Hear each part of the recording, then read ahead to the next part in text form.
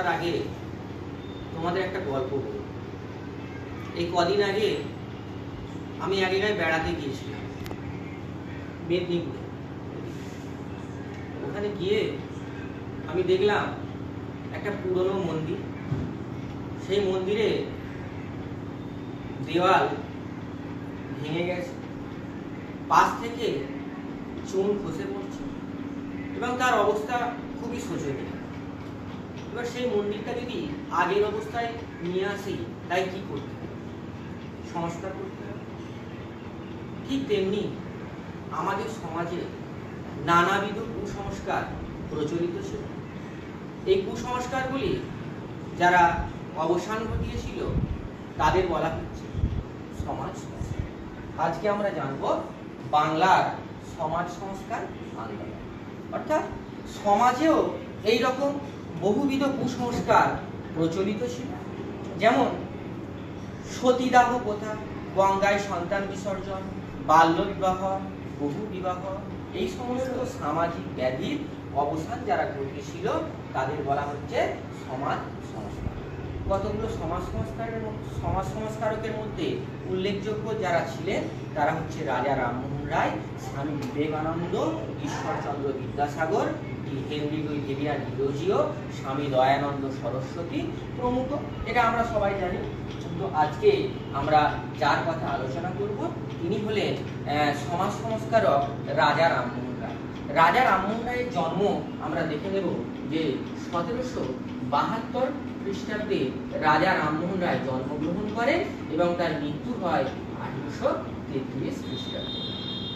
এই রাজা রামমোহন রায় সম্পর্কে বলতে গেলে ইনি কিন্তু বাল্যকাল থেকে অত্যন্ত মেধাবী ছিলেন এবং ইনি মাতৃভাষা ছাড়াও প্রায় 16টি ভাষা জানতেন, যেমন হিন্দি, বাংলা তো অবশ্যই জানবেন, হিন্দি, ইংরেজি, তামিল, তেলেগু, উর্দু, এই সমস্ত বিভিন্ন ভাষা কিন্তু উনি জানতেন এবং বিভিন্ন ধর্মগ্রন্থ রাজা রামমোহন রায় পড়েছিলেন, যেমন Bible, New Testament, Old Testament, Gita, Quran সব বিভিন্ন ধর্মগ্রন্থ রাজা রামমোহন রায় কিন্তু পড়েছিলেন এবং বিভিন্ন ধর্মগ্রন্থ পাঠের মধ্য দিয়ে রাজা রামমোহন রায়ের মধ্যে একটা কিন্তু ধর্মীয় সমন্বয়বাদী মনোভাব আমরা লক্ষ্য করি। তো তিনি বাল্যকাল থেকে একটু বড় হলেন, উনি কিন্তু পৌত্তলিকতা অর্থাৎ মূর্তি পূজার কিন্তু তীব্র বিরোধিতা করতে লাগলেন এবং যেহেতু মূর্তি পূজার বিরোধিতা করলেন তাই সমাজে যারা রক্ষণশীল ব্যক্তিবর্গ ছিলেন তারা কি করলো না, তারা রাজা রামমোহন রায়ের বিরোধিতা শুরু করলো এবং এক সময় রাজা রামমোহন রায়কে কি করলো, বাড়ি থেকে তাড়িয়ে দেওয়া হলো। এবং তিনি যেহেতু অত্যন্ত উচ্চ শিক্ষিত ছিলেন এবং অনেক জ্ঞানী ছিলেন, তাই তার কোনো কর্মসংস্থানের অভাব হয়নি। তিনি একটা কোম্পানির অধীনে চাকরি নেন। ইতিপূর্বে কিছুদিন পর তার পিতার মৃত্যু হয় এবং পিতার মৃত্যু হওয়ার পর রাজা রামমোহন রায় অত্যন্ত শোকাহত হন এবং তিনি বাড়ি ফিরে আসেন।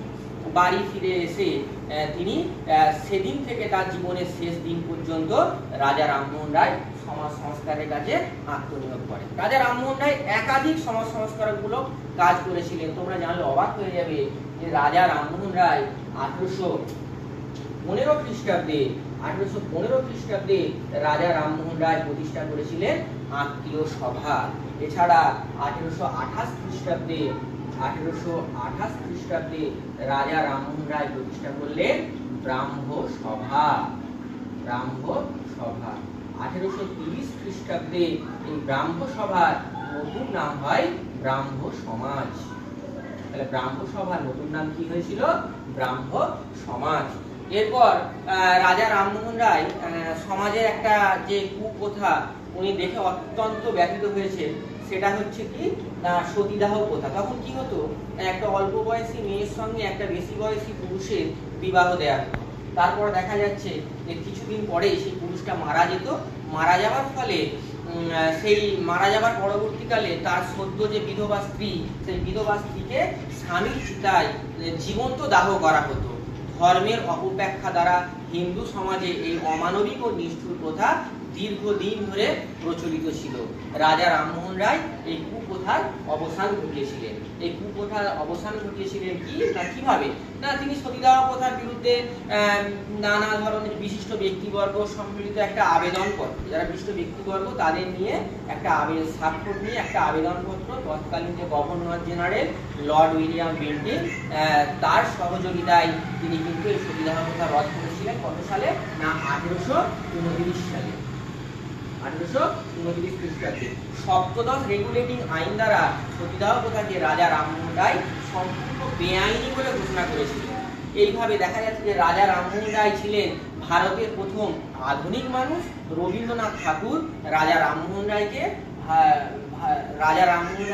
ভারত পথিক আখ্যা দিয়েছিলেন, বিশ্বকবি রবীন্দ্রনাথ ঠাকুর। এছাড়া প্রথম বাঙালি বীরের যাত্রী হিসাবে যার কথা আমরা উল্লেখ করব সেটা হচ্ছে রাজা রামমোহন রায়। এছাড়া রাজা রামমোহন রায় পাশ্চাত্য শিক্ষা প্রসারের উপর অনেক বেশি জোর দিয়েছিলেন। পাশ্চাত্য হচ্ছে কি? বিদেশি ভাষা, বিদেশি সভ্যতা, সংস্কৃত, এই সমস্ত বিষয়কে তিনি অনেক বেশি গুরুত্ব দিয়েছিলেন। এছাড়া নারী শিক্ষা প্রসারের জন্য রাজা রামমোহন রায় অনেক উদ্যোগ গ্রহণ করেছিলেন।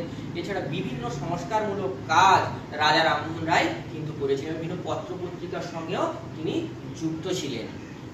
তাই রাজা রামমোহন রায়কে ভারতের সমাজ সংস্কারকের মধ্যে অন্যতম শ্রেষ্ঠ সমাজ সংস্কারক হিসাবে উল্লেখ করা যেতেই পারে। এবং তার 1833 সালে এই মহান ব্যক্তি আমাদের ছেড়ে চলে গিয়েছিলেন। এবং তিনি চলে গেলেও তিনি যে কাজগুলো করে গিয়েছিলেন সেগুলো সমাজে চির অমর হয়ে রয়েছে। তার জন্যই আমরা এই সভ্য সমাজে উন্নীত হতে পেরেছি। সুতরাং রাজা রামমোহন রায়কে আমরা চির স্মরণীয় করে রাখি। নমস্কার। এই বলে আমি আমার বক্তব্য